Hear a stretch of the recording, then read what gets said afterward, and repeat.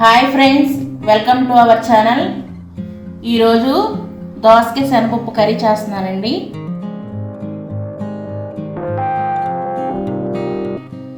ఇప్పుడు వీటికి కావాల్సింది దోసకాయలు 1/2 kg తీసుకున్నాను.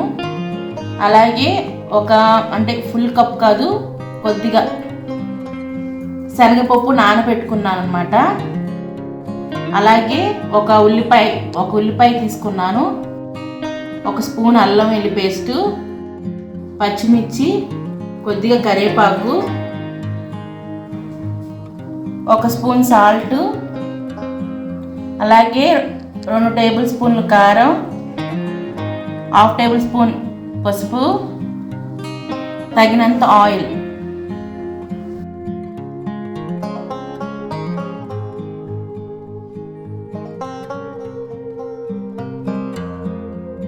ఇప్పుడు మనం తయారీ విధానం చూద్దామండి.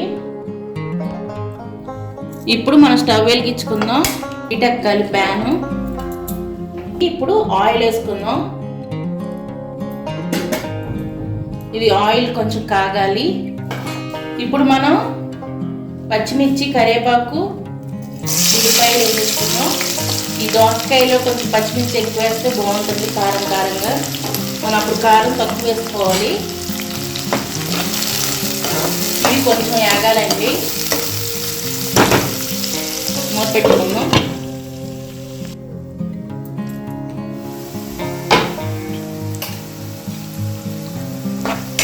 ఇప్పుడు ఇవి వేగిందండి. అల్లం వెల్లుల్లి పేస్ట్ వేసుకుందాం. ఇది కూడా కొంచెం పచ్చివాసన పోయేలా ఒక 2 నిమిషాలు ఉంచితే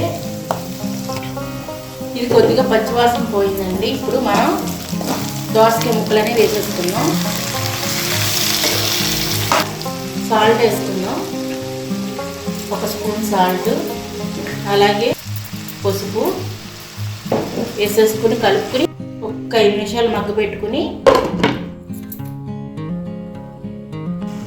ఇప్పుడు మనం మూత తీసి చూసుకుందాం. ఇప్పుడు మనం పచ్చి శనగపప్పు వేసుకోవాలి.